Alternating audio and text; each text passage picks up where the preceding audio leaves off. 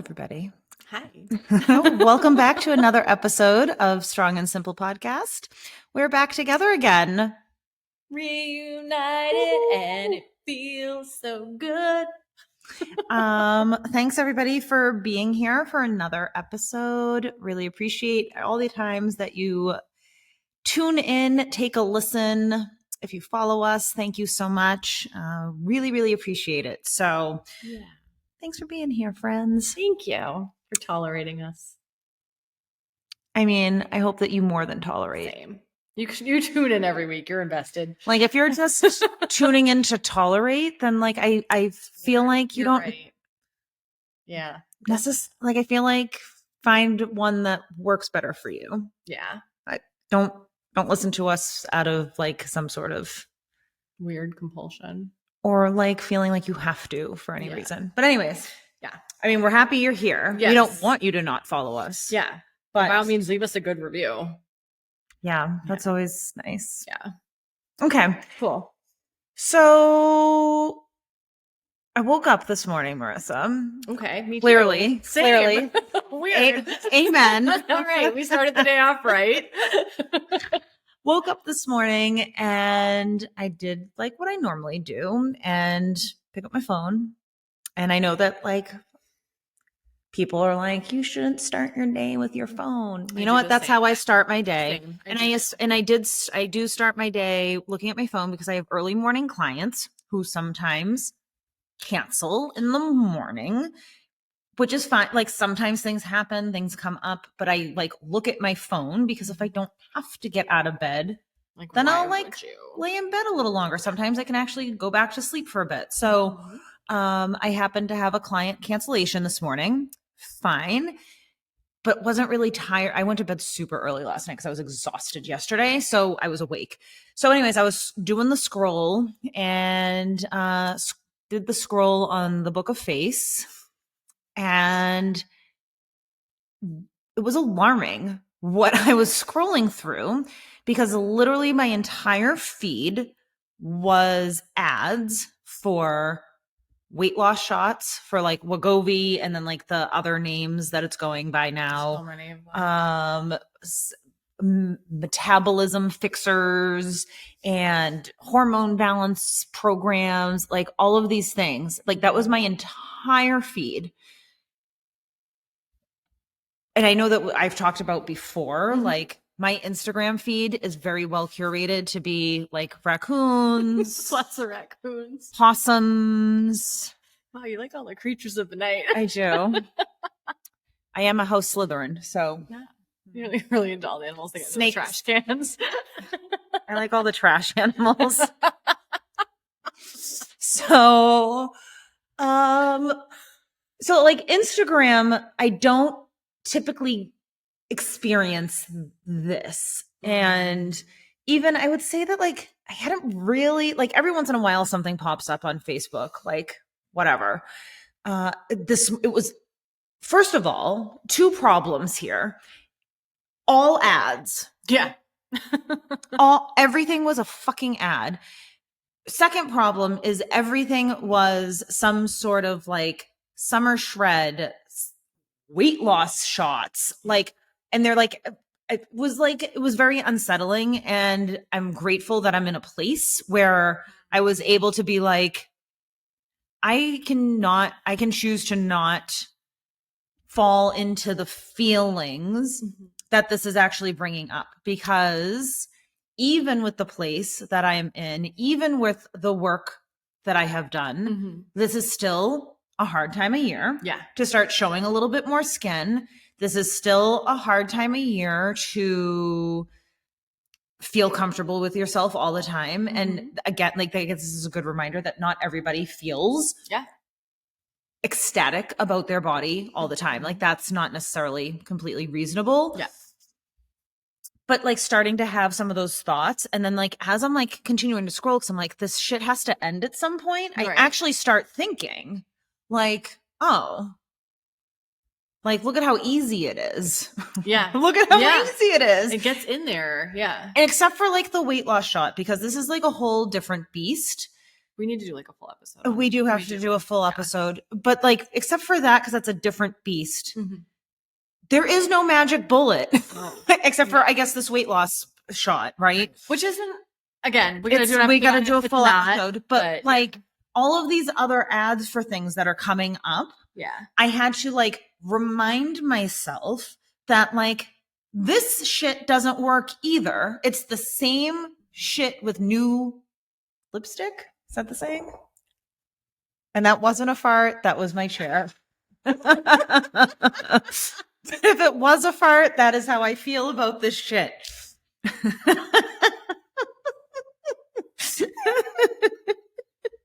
You just said shit too. I did. Same shit. I don't think it's So- same shit, different lipstick. I don't think that's if you put right. lipstick on a Lipstick pig. on a pig. Still a Okay. pig. Or if it walks like a duck, quacks like a duck. Yeah. It's You're not putting lipstick on shit. it's It's messy. so it's the same thing. Like it's all the same. It's just rebranded, remarketed, new catchphrases, and I'm sure there's some research or some like evidence, whatever. But when you start really digging into it, like how legitimate is it, you know? And then like also remembering that like all those years that I was doing those things, I wasn't any happier. Yeah. I wasn't any more comfortable in my body. Yeah. Like I was still self-conscious. I was still, covering myself up. I was not eating. I was doing 1,000,000 hours of cardio, right? So like being able to remember those things, Yeah. So Absolutely. I actually got up this morning and immediately sent Marissa like a 5-minute long voice There message. were a lot of voice messages. I'm sorry. I had to like 6 a.m. I had been awake since 5. I had to like unpack it. It's like, I'm okay, grateful for okay. you. I'm grateful for I you. just need a little bit of caffeine first. I loved how like after all of the messages, you're like, also good morning. But I think you hit on like a bunch of different really important things. And, I think the first that kind of jumped out at me is even when you were losing weight or even when you were at your smallest, you still weren't happy. You still weren't confident. And, we see whether it's a weight loss plan or a program or a drug or a pill or whatever it is, marketed as this miracle, that solution or, with this quick fix, it's not going to fix that. Right. It's that has to come from within. And I'm sure this resonates with pretty much anybody that's ever battled with their weight before and trying to shrink their body. There's always something else you're chasing, whether it's 5 more pounds or now I need to tone it up or I got a little bit more here that I don't like. There's always something else that you're chasing, no matter how small that number on the scale gets. And a shot, a pill, a new plan isn't going to fix that for you. That's an internal thing. And I think in a similar vein, we also need to remember that weight loss isn't a health promoting behavior. Right. And so in that same way, those pills, that shot, whatever it is, isn't a quick fix, isn't a miracle solution, because just the fact that your body is smaller does not mean that your body is healthier. Right. Eating a balanced diet is a health promoting behavior. Managing your stress is a health promoting behavior. Moving your body in ways that feel good is a health promoting behavior. You're not necessarily going to improve your health just by making yourself smaller. So I think that kind of puts things into perspective, but at the same time, and we know this, right? Logically that those are the facts, right? Logically that those things are a Band-Aid on a broken arm, so to speak. But you can still start kind of falling down those old pathways of those negative self-thoughts, well, maybe this one is different. Maybe I should give it a try. Or, well, it worked for so-and-so, maybe if I just do it to, shrink my pooch a little bit or whatever it is. It's easy to kind of follow that slippery slope, no matter what you know to be fact, because these people know what they're doing with marketing. And it always makes me think of actually MLMs. And I think we've talked about before the strategies that MLMs use to advertise and recruit are the same strategies that cults use to advertise and recruit. And it's, I mean, when you think about those weight loss ads that you see, right? What do you see when you see those weight loss ads? Smiling women. They're so happy. They're grinning ear to ear. They're laughing at their salads. They're laughing at salads. They're running in slow motion. They're throwing their arms around their other thin friends, and they're all wearing like bright colors, right? And it's intentional to make you feel like I want to be part of that, and I am not right now. But maybe, just maybe, if I get smaller, I can be part of that, right? Maybe if I join the cult, I can be part of that, you know? So that's always what those ads make me think of. It's, I mean, yeah, same shit, different day, really. Yeah. We're nailing all the cliches. We today, really right? are. Yeah. All the sayings. Yes. All the sayings. You know, it's just, if you want to lose weight, if that is something that you desire, then, you know, you have the autonomy to do, like, I'm never going to tell you what to do with your body, right? Nope. But I just hope that you can be like an informed consumer of these products and trying to remember that sustainable weight loss is hard to come by. And if you do one of these programs that are most of them that are being marketed out there, they now throw around the word sustainable. Absolutely. They do. They now throw around the word sustainable. And the thing is to overhaul any sort of life and any sort of lifestyle is going to be really hard to maintain for a significant period of time. Especially if it involves deprivation. Yeah. Or over prioritizing fitness. Yeah. Yeah. You can only do so much. Because most people have lives. And when we over prioritize diet and exercise, hear me out here. When we over prioritize it, when it becomes the number one focus for us, everything else starts to fall apart because we don't have time to do all the things. And I've talked about this in other episodes. We all have 24 hours in a day. That's the way you usually hear about this. We all have 24 hours in a day. We don't all have the same, right? Yep.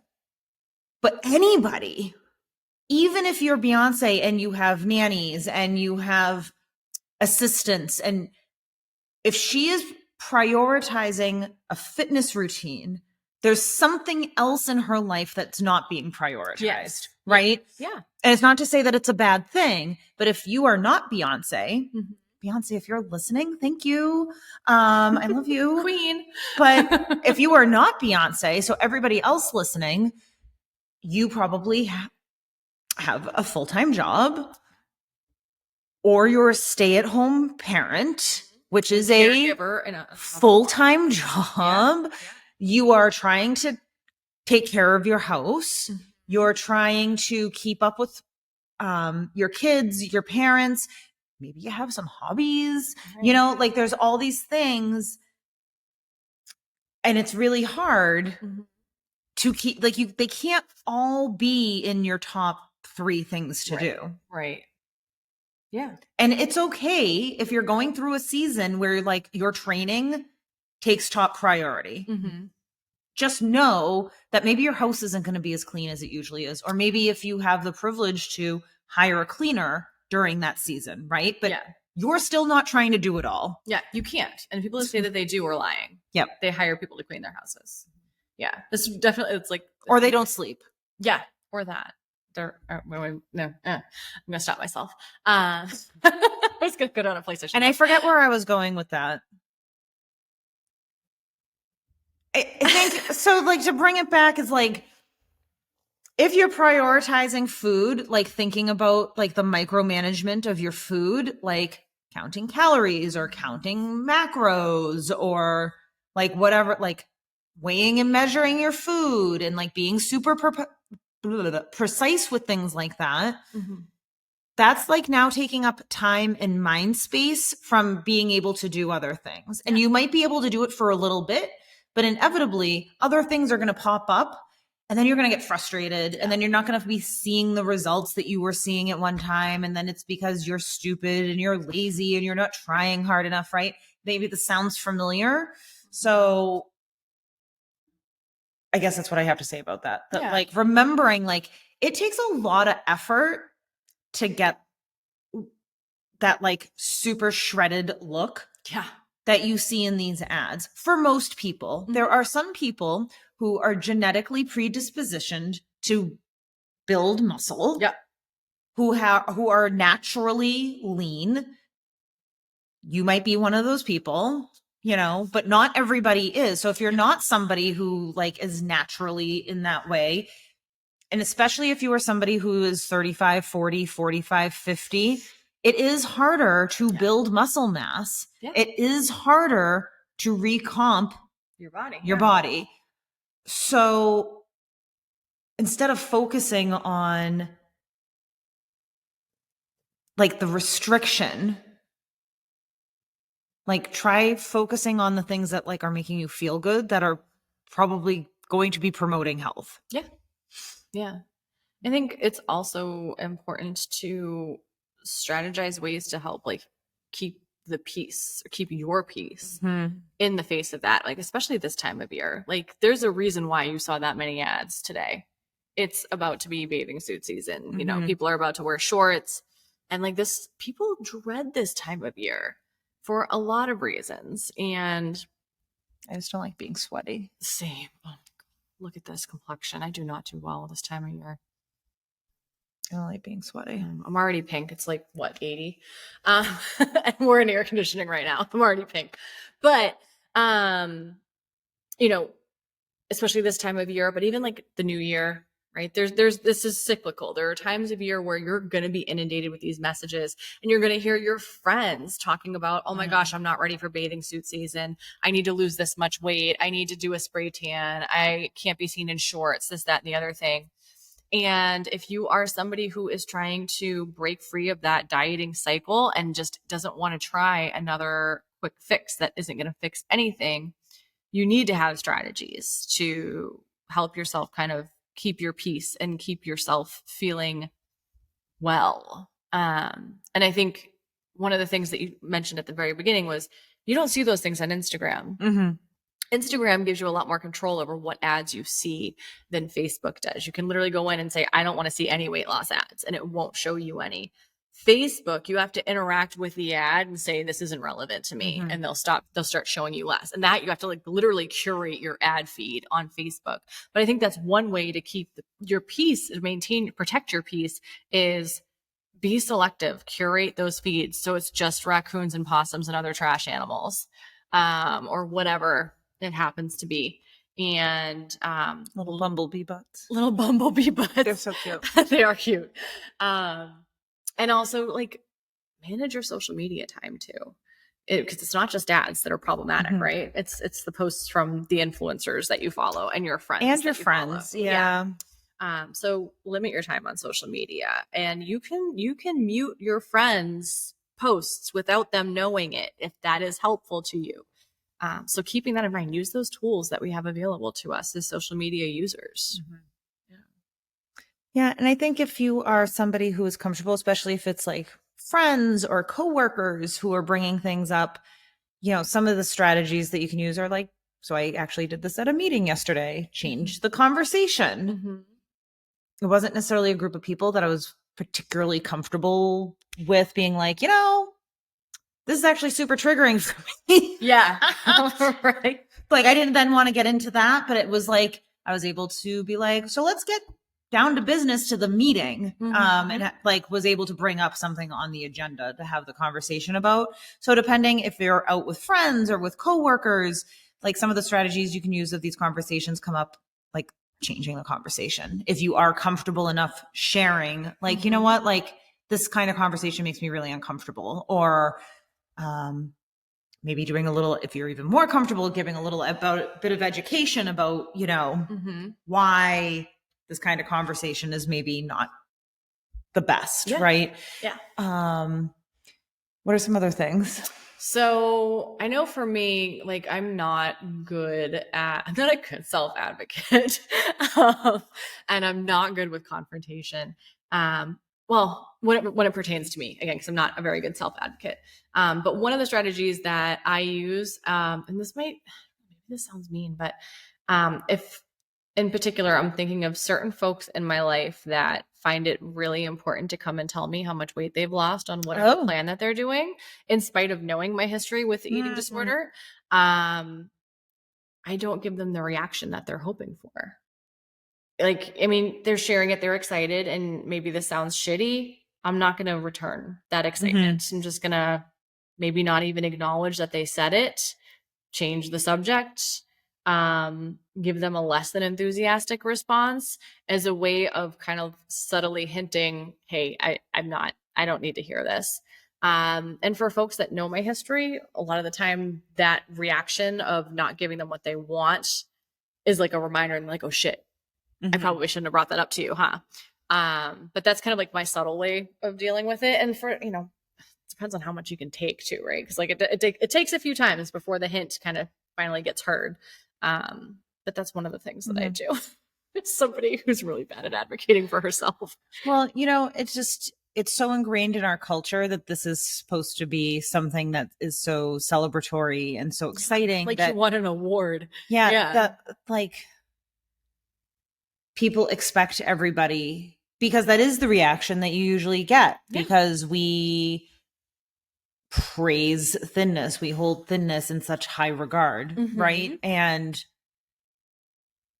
I don't blame people for wanting to do the thing that they think is going to give them the results. It's natural in this world that we live in. Yeah. And especially if you, like, I am in a straight size body, like I don't face the same prejudices and weight stigma that other folks in larger bodies do. Yeah. So I especially, like, it's not my place or my business to have any sort of judgment on anybody's decisions about what they're doing for themselves. So 100%. I just want to make sure that folks listening understand that, but in the same time, understanding that there are other people who have had serious health implications, whether it's mental health and or physical health, from disordered eating and disordered patterns of eating, and that these kinds of conversations could be actually causing harm against other people. So I think it's fair to ask that people are cognizant of that. Yeah. And that maybe like this kind of conversation in the workplace is not like necessarily a socially acceptable conversation. It's really not. Like maybe there's like other things that we can talk about. And I think that this is another conversation for another day, I think. But like, especially for women, why is it that this is all we talk about? Yeah.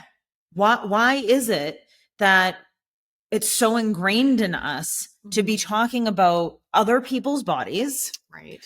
Be self-deprecating our own bodies, be praising other people's bodies, and then be talking about like how we're like trying to change our bodies because we hate our bodies. Yeah. Because that's where a lot of these conversations are coming from. It's not people who are like, look at my biceps that I've grown from the weight training I'm doing. It's people who are like, I've lost 15 pounds because I'm like, just not eating carbs, and I'm not, I'm just only eating fuelings on whatever that's Optavia. Can't even say it. I know. It's the worst. And like, oh yeah, like it's ingrained in us to believe that when we are in a state of restriction, that we are morally superior. Yeah. Yeah. So then it's like something to brag about, which is then, it's just like a bad perpetuation. Yeah. Have you noticed, right? Like in our society, bragging is like a bad thing, right? Like, oh, such a braggart, unless you're bragging about your weight and your weight loss. And fishing for compliments is also like, you're not supposed to do that. unless you're fishing for compliments about your weight and your weight loss. Have you noticed that? Like, yeah. But I also feel like people don't typically, I don't know. It's not usually people like, look at me, I lost 20 pounds. Like maybe on social media, it's a little bit more of that. But like in person, it's usually somebody else saying, oh, hey, you look great. Have you lost weight? What are you doing? And it's that equation of you lost weight, so you look great. Rhyme was not intended here because I don't want this to be catchy. But this then, like, it's almost like a backhanded compliment, right? Like, yeah, because you didn't look good before. because it's like, oh, so I looked like shit before, like, thanks. Yeah. So then if you do gain weight again, then it's just like it's this cycle of, well, I was only getting this praise and attention of looking good when I lost weight. Yeah. So I'm going to do that at all costs. Yeah. Including potentially shooting myself in the stomach with a medically necessary medication that I don't medically need, but I need it to lose weight. Right. I thought you were screwing up another cliche. Sorry for that face I made. So, I mean, these ads yeah, for this weight loss medication, like it's people like shooting themselves in the belly with like a shot. The day I voluntarily give myself a shot. And I just feel like, yeah, it makes me really sad that we live in a society, that we live in a world where this is like the best solution for ourselves.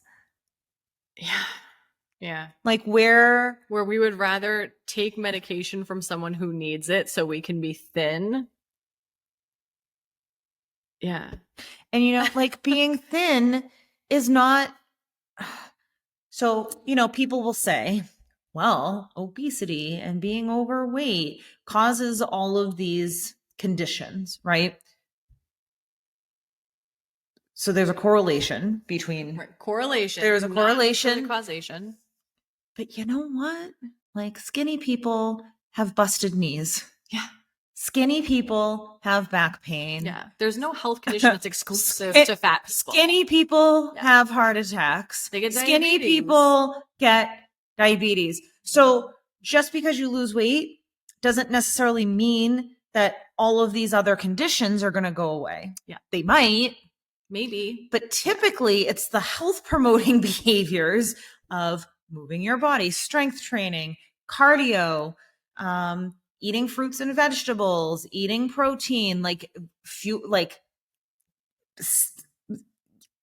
bleh. It's just like we're the product of our habits, not our body size.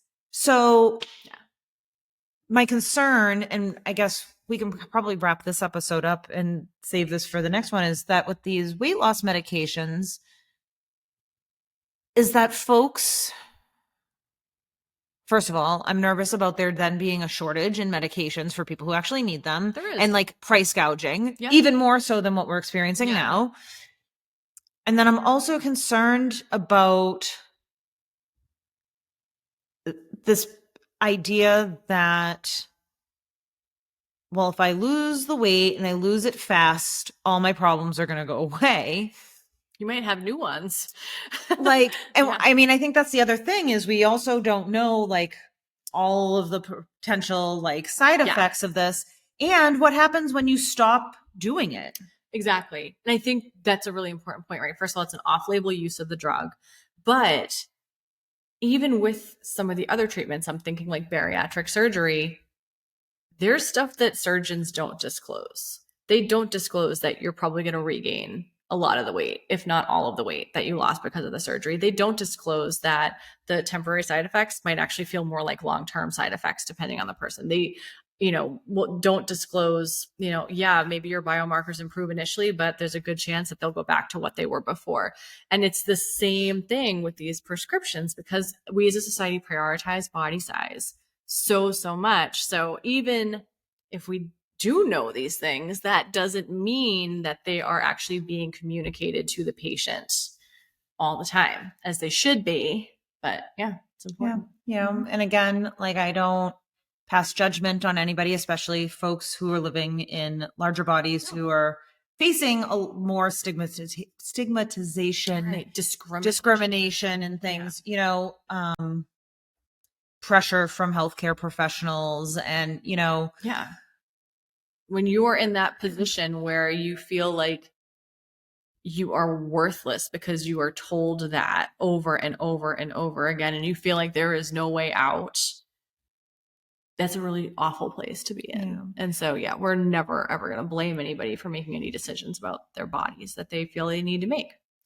And I feel like this is, you know, super nuanced conversation and there is no easy answer. No.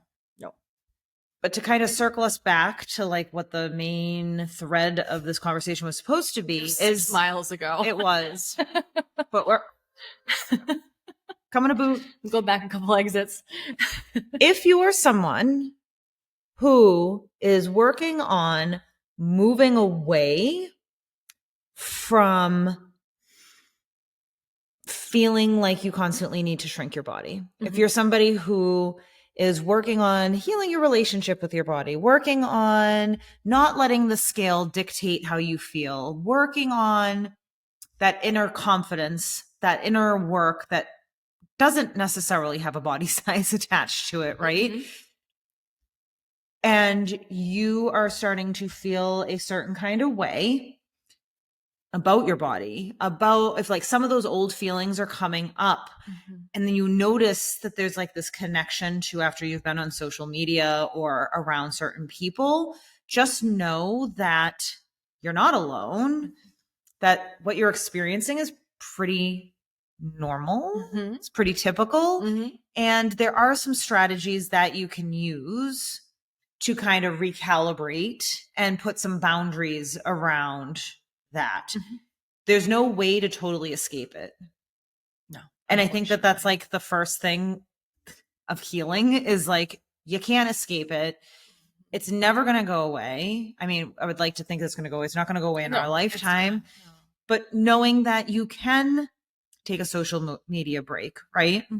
You can curate some of your feeds. You can start having conversations or learning strategies around interrupting conversations or changing the conversation, leaving a conversation. Maybe you're eating in the lunchroom and somebody at work is constantly talking about this. Maybe you like don't eat in the fucking lunchroom anymore. Yeah. Or tell them, hey, I'm eating here. Can you not? Gosh, sorry. So popular. Yeah, from all the scammers.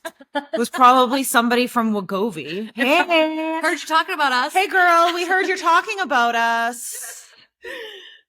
So good. But yeah. Bitches. Bitches be calling.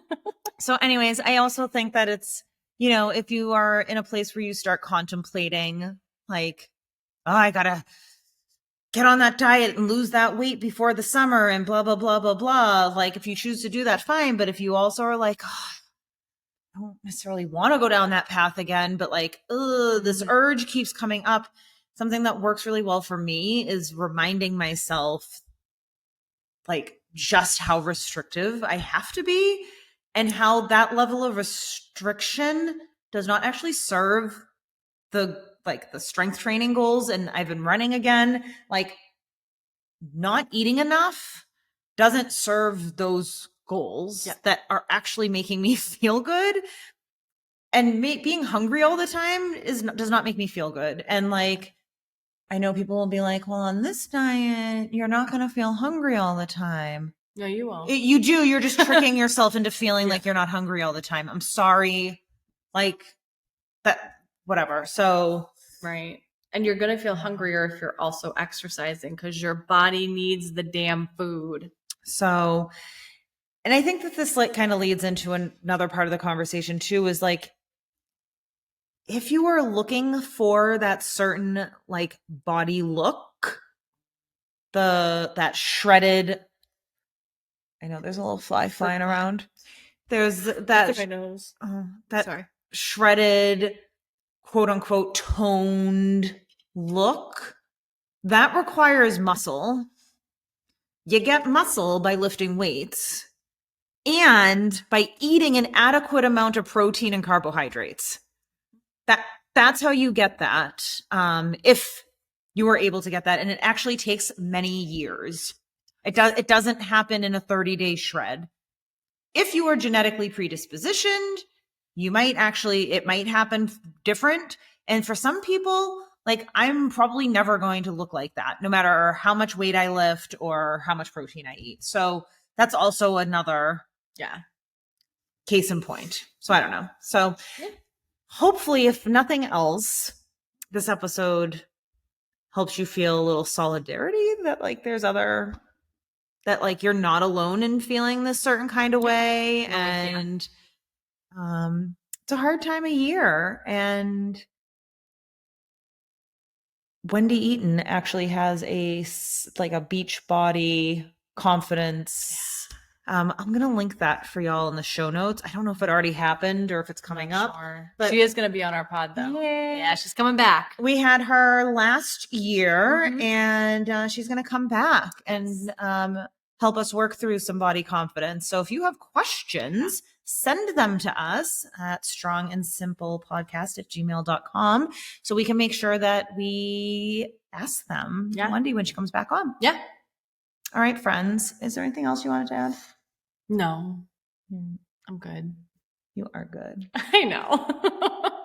Now Marissa's going to go do squats. I am with my trainer. All right, friends. Have an amazing day. Whoop, whoop. Bye. Bye.